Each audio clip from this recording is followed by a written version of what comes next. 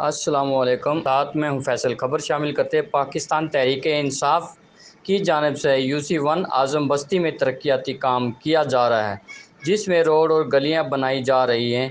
अहले इलाका के लोग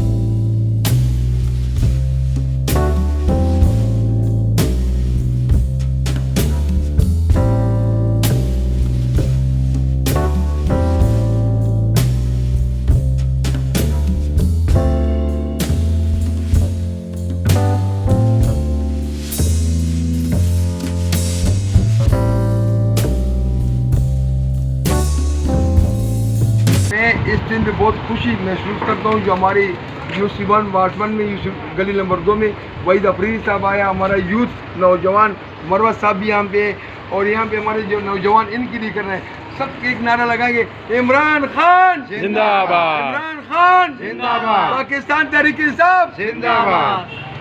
थैंक यू।